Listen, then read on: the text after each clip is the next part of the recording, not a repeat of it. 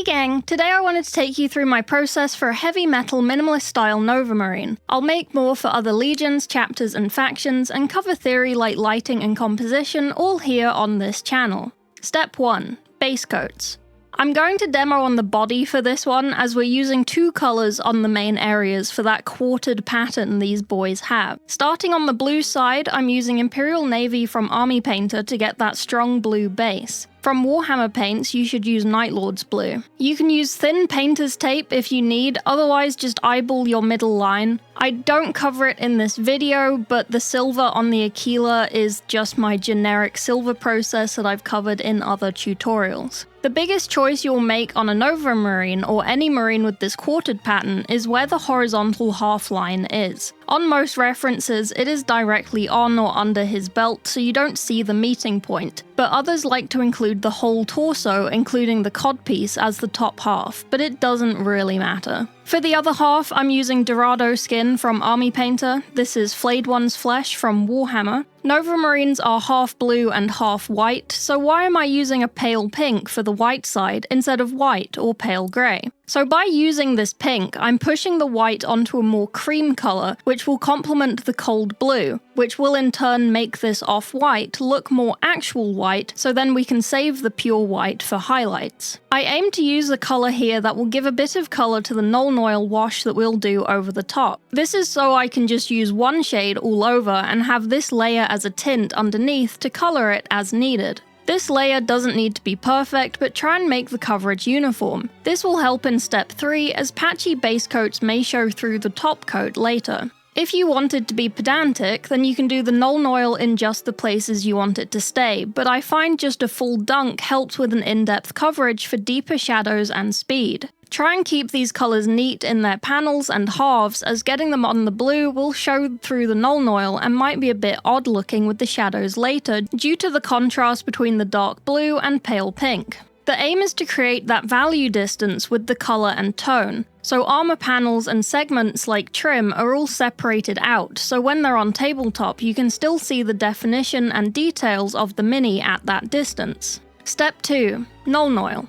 This bit does not need to be careful, just slop it on, puddle it in the edges and recesses for darker shadows, and try and do entire panels in as few strokes as you can, otherwise you may get tide lines as it dries. Make sure to properly shake your Null Noil for a minute, as I've had a couple of times I didn't and it's dried glossy because I didn't mix in the pigment enough with the medium. While this dries, make a cup of tea and think about how your chapter hails from the Halo Stars and can boast about their chapter master chief to battle against the Flood, unlike the Blood Angels, whose chapter master is too busy cosplaying as his dead dad. Like this video, subscribe, and potentially become a channel member to get exclusive channels in my Discord where I post photos of my kitten and take requests for tutorials to make. I also stream painting on here and Twitch if you want to hang out and ask questions or watch me be bad at Space Marine 2 or other games. Step 3. Top coats. For the blue side, I'm using Crystal Blue by the Army Painter. This would be Techless Blue from Warhammer. I quite like having Nova Marines slightly more purple in tone, so you could use Army Painter's Ultramarine Blue here if you prefer that. But for this video, I'm just making him super nice and saturated blue. You want to try and get up to the center line as close as you can. I have left a very small slither of the base coat showing on that line as a kind of central outline, but you don't need to do this. I didn't do this on the helmet, for example, that you will see at the end. For the white halves, I'm going to use Ivory White from Army Painter. This is Wraithbone from Warhammer. Don't worry that this isn't white, it will look white at the end, I promise. This layer, as this will be the majority of the finished mini, as it is only highlights over this, so make sure that you like the colours that you use here. On parts that are up against the wall of another panel, I leave about a millimeter or half millimeter gap where my top coat and the creases,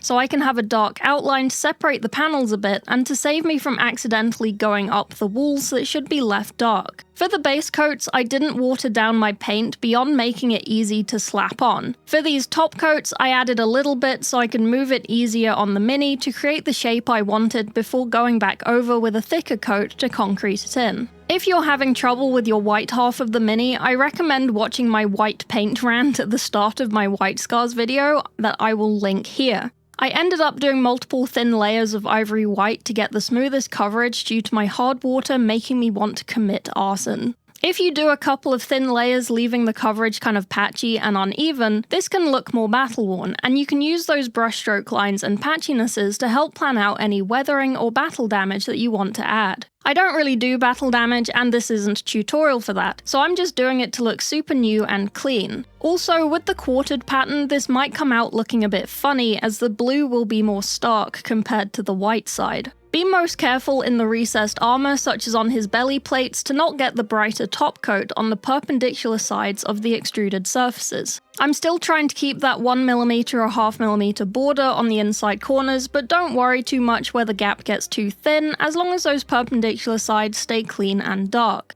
I did skip doing the little bit above the belt on his most covered belly plate, as it's behind the gun and it won't be seen anyway. If you want to have some extra depth, you can leave any down or backwards facing surfaces with no top coat, and to then use the top coat as the highlights as per step 4. I would still recommend picking a plane to use at the top, such as doing the top of the shoulder trim in bright top coat with highlights and then leaving the 90-degree sides dark. Step 4. Highlights.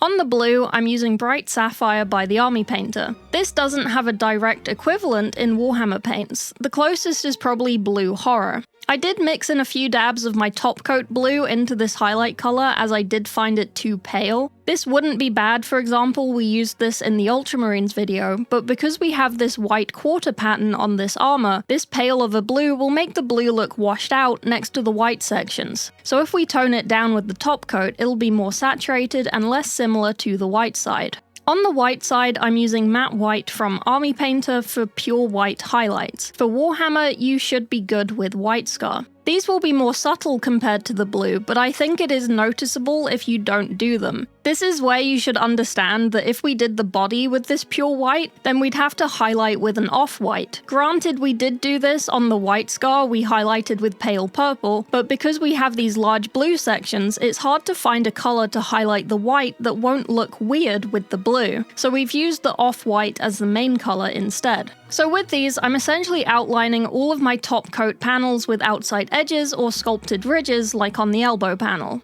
Again, try and not slip up onto the dark areas, as it will be harder to fix. If you want more depth, only do these edge lines on front and top facing edges, but I'd only recommend this if you also did this with the top coat as well, like I mentioned previously. Otherwise, go all over and edge up all the cliffs and sculpted edges. I tend to water down my paint a bit for this, just so I can use a smaller brush so the paint doesn't dry before I put it on the Mini. To clean up these highlights, as they're only on the top coat, you can carefully straighten up wonky highlight lines, make the highlight lines thinner, and fix any mistakes you made by going over with that top coat paint you used on that quarter. This is probably the bit that took the longest, as I wanted to be careful to not have to redo highlights and to get the thinness of edge lines that I wanted. If you're doing an entire army in this style, then I probably wouldn't recommend sub-assembling like this, but it can help. With subassembly, you can get every surface to look flat and uniform with lighting, so ending with a more cartoony or classic heavy metal result. If you're going into a fully built and glued Mini, only do step 3 onwards on bits you can reach. This will by accident make a nice shadowed area behind guns and under arms that will make him look a little more dramatic and lit. If you need help highlighting the trim, I recommend watching step 4 of any of my other tutorials with non-metallic trim, such as my Dark Angels tutorial, where I also covered my Aquila process. The rest of the owl. From this video, learn the things and put it to use on the rest of the Mini. This style is good for quick, consistent minis that look good with only a handful of paints. In total, this torso took me about 15-20 minutes, not including the Nuln oil drying tea break. When I painted the rest of him afterwards, it took about the same time as the torso, maybe a little longer, as it's a very simple process meant to be fast to do. This is my fully finished Nova Marine's Infernus Marine in this style with all of his markings free-handed on. You can use transfers, I'm just lazy and I don't have a sheet for him to use. If you do use transfers, remember to use matte varnish over the top to get rid of that shininess. And here is a list of all the things I used in this video.